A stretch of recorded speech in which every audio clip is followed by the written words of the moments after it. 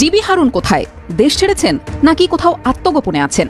শেখ হাসিনা দেশ ছাড়ার পর চায়ের দোকান থেকে শোয়ার ঘর কিংবা অফিস পাড়া থেকে সবখানে এখন একটাই প্রশ্ন, কোথায় ডিবি হারুন? ডিবির এই কর্মকর্তা গণপিটুনির শিকার হয়ে রাজধানীর একটি বিশেষায়িত হাসপাতালে চিকিৎসাধীন। পালাবো না, কোথায় পালাবো? পালাবো না, প্রয়োজনে ফখরুল সাহেবের বাসায় গিয়ে উঠবো।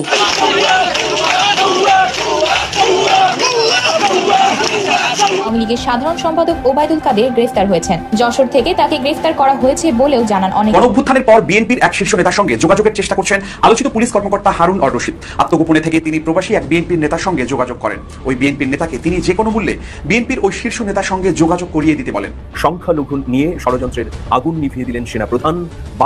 দেশ ছাড়ার পর চায়ের দোকান থেকে শোয়ার ঘর কিংবা অফিস পাড়া থেকে সবখানে এখন একটাই প্রশ্ন, কোথায় ডিবি হারুন? নানান রকম বিতর্কিত কর্মকাণ্ডের কারণে বাংলাদেশ পুলিশ বাহিনীতে ব্যাপক আলোচিত ছিলেন অতিরিক্ত কমিশনার হারুনুর রশিদ। ঢাকা মহানগর পুলিশের গোয়েন্দা বিভাগের প্রধান থাকায় তিনি ডিবি হারুন নামেই পরিচিত ছিলেন। ছাত্র জনতার ব্যাপক বিক্ষোভের মুখে গত 5 আগস্ট পদত্যাগ করে দেশ ছাড়তে বাধ্য হন শেখ হাসিনা। তার দেশ ত্যাগের পর পলাতক আছেন পুলিশের অন্তত 57 জন ঊর্ধ্বতন কর্মকর্তা, এর মধ্যে আছেন হারুনুর রশিদও। হারুনের পরিবারের সদস্য, পুলিশের সহকর্মী ও গোয়েন্দা সূত্রে জানা গেছে তিনি নিজের বাসা এমনকি আত্মীয় স্বজন কারো বাসাতেই থাকছেন না, তিনি গা ঢাকা দিয়ে দেশেই আছেন। তবে আরেকটি সূত্রে নিশ্চিত হওয়া গেছে ডিবির এই কর্মকর্তা গত 6 আগস্ট গণপিটুনির শিকার হয়ে রাজধানীর একটি বিশেষায়িত হাসপাতালে চিকিৎসাধীন। ডিবি হারুনকে নিয়ে জনমনে আরও একটি প্রশ্ন উকি দিচ্ছে, 5 আগস্টের শেষ কয়েক ঘন্টা কেমন ছিল তার? কি করেছিলেন তিনি? বেশ কয়েকটি নির্ভরযোগ্য সূত্র থেকে জানা গেছে ওই দিন ছাত্র জনতার ঢাকা অভিমুখে লং মার্চের ঘোষণার দিন পুলিশ অতিরিক্ত বল প্রয়োগ করবে, এমনটাই আগের দিন জানিয়েছিলেন ডিএমপির সাবেক কমিশনার হাবিবুর রহমান। হারুনুর রশিদ সহ সব ঊর্ধ্বতন কর্মকর্তারা সেদিন সকালেই চলে যান রাজধানীর সচিবালয়ের বিপরীতে আব্দুল গনি রোডের সেন্ট্রাল কমান্ড ও কন্ট্রোল ইউনিটে। ওই ভবন থেকে রাজধানীর কয়েকশো পয়েন্টে ক্লোজ সার্কিট ক্যামেরা পর্যবেক্ষণ করে পুলিশের মাঠের সদস্যদের অতিরিক্ত বল প্রয়োগের আদেশ দেওয়া হয়। সেদিন সেখানে উপস্থিত থাকা কয়েকজন পুলিশ সদস্য টিভিএসকে জানিয়েছেন সকাল থেকেই বেশ আত্মবিশ্বাসী ছিলেন হারুনুর রশিদ। ঘন্টায় ঘন্টায় তিনি মাঠের পুলিশদের সাথে যোগাযোগ রাখছিলেন এবং মাঠের কর্মকর্তাদের বলছিলেন 5 আগস্টই হবে শিক্ষার্থীদের আন্দোলনের শেষ দিন, এরপর দেশের পরিস্থিতি স্বাভাবিক হয়ে যাবে। এর মাঝেই সেনাবাহিনী প্রধান দুপুরে ভাষণ দেবেন এমন খবর ছড়িয়ে পড়লে আত্মবিশ্বাসী হয়ে ওঠেন হারুনুর রশিদ। আব্দুল গনি রোডের সেন্ট্রাল কমান্ড ও কন্ট্রোল ইউনিটে থাকা অধস্তন পুলিশ কর্মকর্তাদের উদ্দেশ্যে হারুনুর রশিদ তখন বলেছিলেন এবার সেনাবাহিনী নিশ্চয়ই ব্যবস্থা নেবে, অ্যাকশনে যাবে, আর চিন্তার কোনো কারণ নেই। শেখ হাসিনার পদত্যাগ ও দেশ ত্যাগের খবর ছড়িয়ে পড়লে আন্দোলনকারীরা নেমে আসে ঢাকার রাজপথে। তখন ডিএমপির সেন্ট্রাল কমান্ড ও কন্ট্রোল ইউনিট ভবনের দিকে উত্তেজিত জনতা ইট পাটকেল ছুটতে থাকেন। প্রাণ ভয়ে এর মধ্যেই অনেক পুলিশ কর্মকর্তা তাদের ইউনিফর্ম খুলে ফেলেন। গেঞ্জি বা অন্য কোনো পোশাক পরে সেন্ট্রাল কমান্ড ও কন্ট্রোল ইউনিট ভবনের পেছনের প্রায় 13 ফুট দেয়াল টপকে পুলিশ সদর দপ্তরের সামনের রাস্তায় পড়েন। ঠিক একই কায়দায় দেয়াল টপকাতে গিয়ে পায়ে ও শরীরের নিচের অংশে ব্যাপক আঘাত পান হারুন। পরে সেখান থেকে তিনি আইজিপির সাথে চলে যান পুলিশ সদর দপ্তরে। 2006 সালে ডিবি লটারিতে আমেরিকার ভিসা পান হারুনের স্ত্রী। বৈধ ভিসা থাকায় সেই সূত্রে আমেরিকা পালানোর চেষ্টা করেছিলেন তিনি। যোগাযোগ করেন মার্কিন দূতাবাসেও, নিশ্চয়তা চান তাকে অক্ষত অবস্থায় বিমানবন্দরে বিমানে তুলে দিয়ে আসার। তবে কূটনৈতিক সূত্র জানায় তার প্রস্তাব নাকচ করে দেয় দূতাবাস। পরে তিনি সেখান থেকে ফিরে আসেন। এরপর কাউন্টার টেরোরিজম ইউনিটের সোয়াতের একটি গাড়ি হারুনকে মিরপুরে কোনো একটি জায়গায় দিয়ে আসে। সেখানে কিছু ব্যক্তির সাথে আলাপ করে বিমানবন্দর দিয়ে পালানোর চেষ্টা করেন হারুন। গাড়িতে করে পৌঁছেও যান বিমানবন্দরে। তবে বিমানবন্দরের টার্মিনালে প্রবেশের আগেই জনতা তাকে দেখে চিনে ফেললে মারধরের শিকার হন তিনি। গুরুতর আহত অবস্থায় তাকে সেখান থেকে নিয়ে যাওয়া হয় রাজধানীর একটি বিশেষায়িত হাসপাতালে। সব শেষ খবর পাওয়া পর্যন্ত হারুন এখনো সেখানেই চিকিৎসাধীন অবস্থায় আছেন। এবং গুলিবর্ষণ এই সমস্ত ঘটনার বিচারের জন্য ইতিমধ্যে কিছু মামলা হয়েছে, আপনারা জানেন।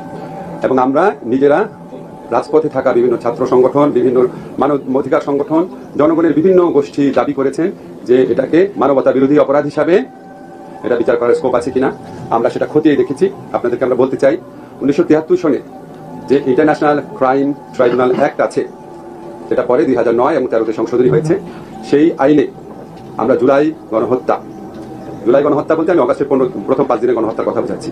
এটার জন্য দায়ী যে ব্যক্তিবর্গ আছেন ওনাদের বিচারের জন্য আন্তর্জাতিক অপরাধ ট্রাইব্যুনালে ওনাদের বিচারের জন্য আমরা ইতিমধ্যে একটা ছোটখাটো গবেষণার মতো করে দেখেছি এই আইনের অধীনে এই হত্যাকাণ্ডের সাথে জড়িত ব্যক্তিরা এবং যারা আদেশ দিয়েছেন, বিভিন্নভাবে সহযোগিতা করেছেন, তাদের সকলকে বিচারের আওতায় আনা সম্ভব। এবং আমরা এই আন্তর্জাতিক অপরাধ ট্রাইব্যুনাল এখানে আপনারা জানেন একটা ইনভেস্টিগেশন এজেন্সি আছে, একটা প্রসিকিউশন টিম আছে, এগুলিকে আমরা রিঅর্গানাইজ করার চেষ্টা করছি, আদালতটা একটু পরে করবো। আর এই ইনভেস্টিগেশনের ক্ষেত্রে এটা আমরা জাতিসংঘের তত্ত্বাবধানে করার চেষ্টা করছি। জাতিসংঘ থেকে আমাদের বারবার সহযোগিতার আশ্বাস দেওয়া হয়েছে। আমরা বিচারের সত্যিকারের স্বচ্ছতা, নিরপেক্ষতা নিশ্চিত করার জন্য আমরা জাতিসংঘের তত্ত্বাবধানে, আমাদের ইনভেস্টিগেশন টিম থাকে, তারা কাজ করবে জাতিসংঘের তত্ত্বাবধানে, সর্বাত্মক তত্ত্বাবধানে। সেটার লক্ষ্যে সমস্ত উদ্যোগ গ্রহণ করব। ইতিমধ্যে এখানে জাতিসংঘের যে আবাসিক প্রতিনিধি আছে ওনার সাথে আমরা মিটিং করবো, ডিসিশন নিয়েছি, ডেট ঠিক হয় নাই, সহযোগিতা চাপো। এছাড়া আমাদের আরও উচ্চ পর্যায় থেকে জাতিসংঘের বিভিন্ন কনসার্ন এজেন্সি আছে, ওনার সাথে যোগাযোগ করা হবে, আমরা করবো। আমরা আশা করছি দ্রুত আমরা এটা শুরু করতে পারবো। প্রথম প্রশ্ন হচ্ছে, আমরা রোম স্ট্যাটিউট, যেটা বলে আন্তর্জাতিক ইন্টারন্যাশনাল ক্রিমিনাল কোর্ট স্ট্যাবলিশ হয়েছে, আমরা রোম স্ট্যাটিউটের রেটিফাইং কান্ট্রি, অর্থাৎ সদস্য রাষ্ট্র। কিন্তু আপনি আন্তর্জাতিক অপরাধ আদালতে তখনই যেতে পারবেন যদি আপনি নিজস্ব অপরাধ আদালতে এটার বিচার করতে আনউইলিং, অনিচ্ছুক বা আনএবল, অসমর্থ হন। আমরা তো অসমর্থ না। আমরা এই বিচারটা করা যায় নাকি সেই ব্যাপারে আমরা বদ্ধপরিকর, এবং এই বিচারের আওতায় সর্বোচ্চ পর্যায়ে, বিগত সরকারের সর্বোচ্চ পর্যায়ে ব্যক্তিদের সংশ্লিষ্টতা খতিয়ে দেখে ওনাদেরও বিচার করা সম্ভব বলে এটা আমরা মনে করছি। ভিকটিম পরিবারের ন্যায় বিচার পাওয়ার সবচেয়ে বড় একটা স্কোপ তৈরি হয়েছে। আপনারা জানেন আমাদের পুলিশ প্রশাসনকে কিভাবে ব্যবহার করা হয়েছে, আমাদের মন্ত্রীরা পুলিশ প্রশাসনকে কিভাবে ব্যবহার করেছে, আমাদের মন্ত্রী এবং রাজনৈতিক দল নেতারা ছাত্র সংগঠন, ছাত্রলীগের মতো ঐতিহ্যবাহী একটা সংগঠন, বাংলাদেশ স্বাধীনতা সংগ্রামে অন্যতম ভূমিকা রাখা সংগঠন, সেই সংগঠনকে কি ধরনের সন্ত্রাসী কাজে ব্যবহার করেছে। এখন আমরা শুধুমাত্র পুলিশ ছাত্রলীগের অপরাধ দেখলে তো হবে না, যাদের কমান্ড ছিল, যাদের আদেশ নির্দেশে তারা করেছে, সে সর্বোচ্চ পর্যায়ে ব্যক্তিও যদি হয় সেটাও এই আইনের আওতায় বিচার করা সম্ভব। যে জন্য আমরা মনে করছি অপেক্ষাকৃত দ্রুততর সময়ে এই ঘটনার জন্য, এই হত্যাকাণ্ডের জন্য দায়ী, বারবার আমি বলছি, ক্ষমতার সর্বোচ্চ কেন্দ্র থাকা ব্যক্তিদেরও বিচার সম্ভব দেখে আমরা মনে করছি এই আইনের অধীনে ন্যায় বিচার, মানুষের বুকের ক্ষত, মানুষের আহাজারি।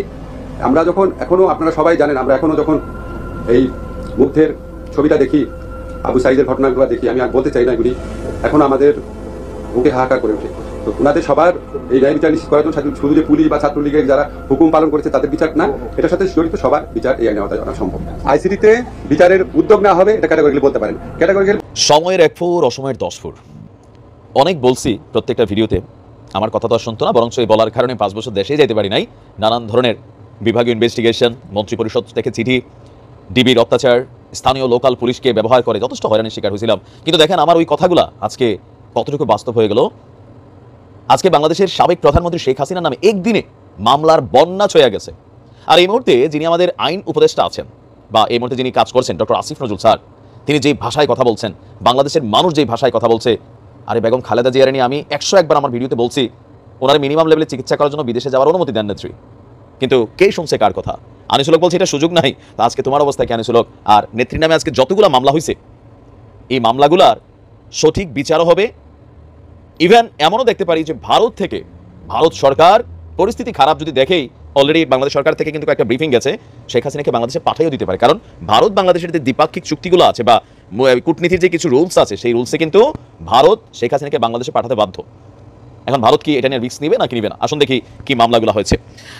5ই আগস্ট পদত্যাগ করে দেশ ছাড়ার পর আজকে শেখ হাসিনার নামে বেশ কয়েকটি মামলা হয়েছে। এর মধ্যে 2টি হত্যা মামলা, অপহরণ মামলা, গুমের মামলা, নানান ধরনের মামলা। শুধু তাই না, বাংলাদেশের আদালতের বাইরে তার নামে গণহত্যার অভিযোগে আন্তর্জাতিক অপরাধ ট্রাইব্যুনালেও একটি অভিযোগ এসেছে।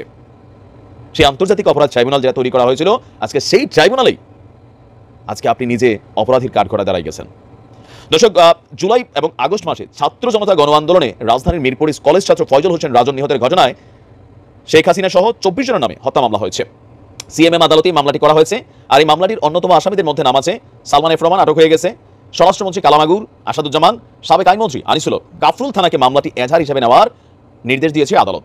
এদিকে রাজধানীর উত্তরা থেকে 9 বছর আগে গুম করার অভিযোগে শেখ হাসিনাকে সাবেক স্বরাষ্ট্রমন্ত্রী আসাদুজ্জামান খান সহ 5 জনের বিরুদ্ধে একটা গুমের মামলা করেছে ভুক্তভোগী নিজেই। তারপরে ঢাকা মেট্রোপলিটন ম্যাজিস্ট্রেট ফারজানা শাকিলের সুমু চৌধুরীর আদালতে এই মামলাটা আসে। আদালত বাদীর জবানবন্দি রেকর্ড করে উত্তরা পশ্চিম থানা পুলিশকে মামলাটি এজাহার হিসাবে গ্রহণের নির্দেশ দিয়েছে। এর আগে শেখ হাসিনা ও সাবেক 2 মন্ত্রী সহ 7 জনের বিরুদ্ধে আরও একটি মামলা হয়েছে রাজধানীর চিফ মেট্রোপলিটন ম্যাজিস্ট্রেট আদালতে। রাজধানীর একজন ব্যবসায়ী এই মামলাটি করেছে। আর তার বিরুদ্ধে গণহত্যা এবং মানবতা বিরোধী অপরাধের অভিযোগ এনে আন্তর্জাতিক অপরাধ ট্রাইব্যুনালে একটা অভিযোগ করা হয়েছে। ধানমন্ডিতে ট্রাইব্যুনালের তদন্ত সংস্থায় অভিযোগটি করেছে সাভারে নিহত এক শিক্ষার্থীর বাবা। আবেদনকারীর পক্ষে আইনজীবী বলছেন যে নিয়ম অনুযায়ী এখন অভিযোগের বিষয়ে তদন্ত করে সত্যতা যাচাই করবে তদন্ত সংস্থা, এরপর মামলার জন্য পাঠানো হবে ট্রাইব্যুনালে। তো আমরা যতটুকু দেখছি আন্তর্জাতিক অপরাধ আদালতেও তার বিরুদ্ধে একটা মামলার প্রস্তুতি নেওয়া হচ্ছে আইআরজিসিতে। জাতিসংঘ বলছে প্রত্যেকটা ঘটনার সুষ্ঠু তদন্ত করতে। ভাবা যায়, শিক্ষা নেন, শিক্ষা। আজকে রাজনীতিবিদদের জন্য বিশাল একটা শিক্ষণীয় সময় আসছে। দেশের জন্য রাজনীতি করা এই দেশের মানুষ ছাইড়াই দিছে। আন্দোলন পর্যন্ত ভালোই থাকে, নেতা হওয়ার আগ পর্যন্ত ভালোই থাকে, নেতা হওয়ার পরে কেন জানি না এই চেয়ারটাতেই সম্ভবত সমস্যা, দুর্নীতি, লুটপাট এগুলোর মধ্যে জড়িয়ে যায়। আর আরেকটা কমন সমস্যা আছে বাংলাদেশ আওয়ামী লীগ বিএনপির মধ্যে, সংবিধানকে ব্যবহার করে এটা করছে নাকি দলগুলো নিজেদের ক্ষমতা বলে করছে আমি নট শিওর, যে আপনি যদি রাজনৈতিক সরকারের একজন সদস্য হন, ধরেন আপনি 300 জন এমপির মধ্যে একজন হন, আমার দল কোনো অন্যায় করলে পার্লামেন্টে আমি এটা নিয়ে কথা বলতে পারবো না, বাট ওয়াই? এটার বিরুদ্ধে আপনি ভোট দিতে পারবেন না, বাট ওয়াই? অন্যায়টাকেও অন্যায় বলা যাবে না, ন্যায়টাকেও ন্যায় বলা যাবে না। আওয়ামী লীগ না, আওয়ামী লীগ বিএনপি বাকি দলগুলো একটা সিস্টেম করে রাখছে মানে ক্ষমতাকে কুক্ষিগত করার জন্য। এটার পরিবর্তন হওয়া দরকার। কারণ একজন মানুষ সবসময় সঠিক পথে চলে না, যখন সে ভুল পথে চলে তার পাশের মানুষটা, যে কাছের মানুষ, সেই তো ভুলটা ধরাই দেয়। নাকি আপনার পরিবারের একটা সন্তান বিপথে চলে যাচ্ছে, আপনার ভাইটা, আপনার বোনটা, অথবা আপনার সন্তানটা, তো আপনি কি করবেন? তারা শাসন করবেন, শাসনের অধিকার না থাকলে তারা বোঝানোর চেষ্টা করবেন। আর সেই বোঝানোর ফলে যদি এমন হয় আমার মতন 5 বছরের দেশে যাওয়াটা বন্ধ হয়ে যায়, তো কেমন হয়? দিন শেষে যখন আজকের এই পরিণতি ভোগ করছেন, খুব বেশি কষ্ট লাগছে না? মনে হচ্ছে এগুলো আপনারা প্রাপ্য ছিলেন, কারণ আমার কাছ থেকে আমার পরিবারের 5টা বছর সময় কেড়ে নিয়েছেন। আজকে আপনারা সেই দিনগুলো এনজয় করেন। আর বাকি যে রাজনৈতিক দলগুলো আছে, আগামী দিনের জন্য আপনারা এখান থেকে শিক্ষা নেন, কারণ সময় ঘুরে ফিরে আবার কিন্তু আসবে। প্রিয় দেশবাসী, শুরু থেকে শেষ পর্যন্ত যারা এই ভিডিওটি দেখেছেন সকলকে জানাই অসংখ্য অসংখ্য ধন্যবাদ। যারা এরকম নিউজ ভিডিওতে পেতে পছন্দ করেন তারা অবশ্যই এই চ্যানেলটি সাবস্ক্রাইব করে পাশে থাকা বেল আইকনটি বাজিয়ে দিবেন। যারা এখনও এই ভিডিওটি শেয়ার করেননি, এই ভিডিওটি দ্রুত শেয়ার করে সকলকে দেখার সুযোগ করে দিন। আজকের মতন এই পর্যন্ত, দেখা হচ্ছে পরবর্তী কোনো ভিডিও নিয়ে ইনশাল্লাহ।